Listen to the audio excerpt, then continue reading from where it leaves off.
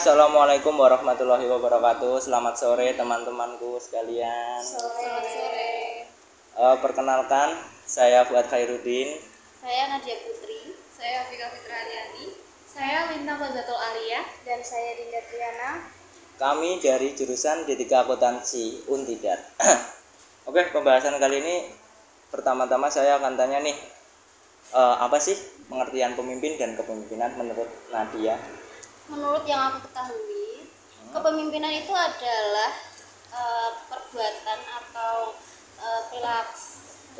perilaku yang dilakukan individu atau kelompok untuk mengkoordinasi individual atau kelompok lainnya untuk mencapai tujuan tertentu.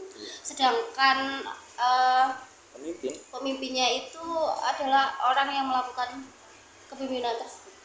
Oke, terus pastikan pemimpin ini punya tipe dan gaya kepemimpinan nih.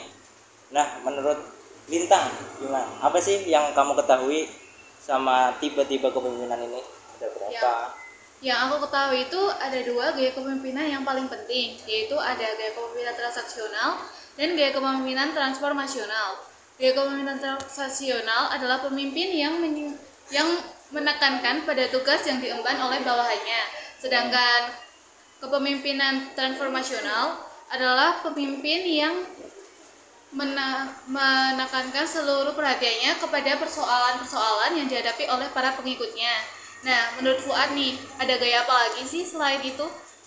Kalau menurut aku ya, yang paling dikenal orang itu adalah pemimpin yang visioner.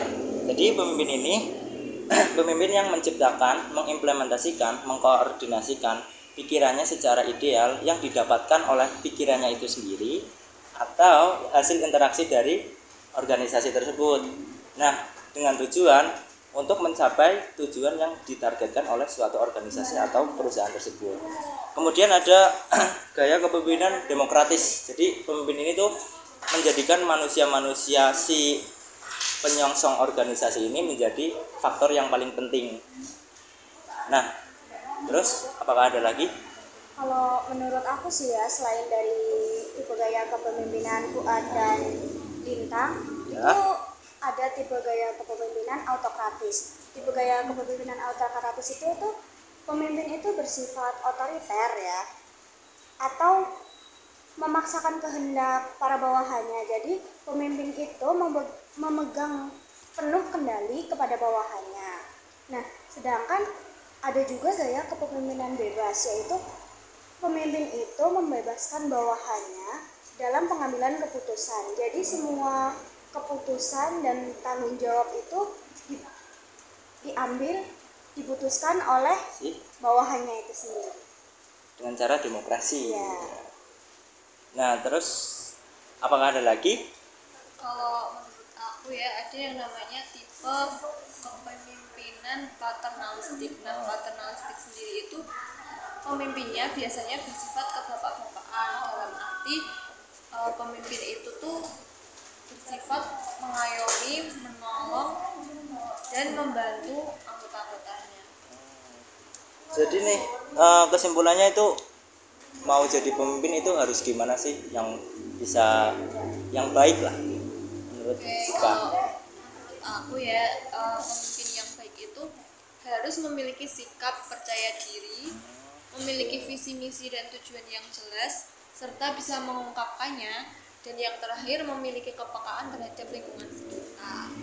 Oke, dari pembahasan tadi aku punya satu contoh, yaitu Bu Sri Mulyani yang menghadapi pandemi COVID-19 ini. Nah, Bu Sri Mulyani ini memiliki gaya kepemimpinan yang transformasional iya, transaksional iya. Contohnya, dia itu mengejar target spesifik dengan fokus pada efisiensi, terus mendorong perubahan visi dan misi yang jelas.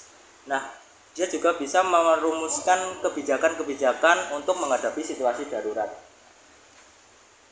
Tantangan yang dihadapi pada Bu Sri Mulyani ini ya, di negara Indonesia ya, pertama itu penurunan pendapatan negara.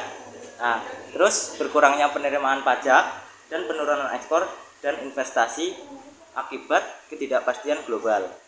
Nah, Terus strategi yang diterapkan oleh Bu Sri Mulyani ini, pertama ada program pemulihan ekonomi nasional atau PEN, terus restrukturasi anggaran. Nah, yang ketiga adalah penerapan kebijakan utang yang bijak. Terakhir ada komunikasi transparan. Nah, itulah yang bisa kita contoh dari tipe dan gaya kepemimpinan ini. Menurut kalian yang paling bagus yang mana?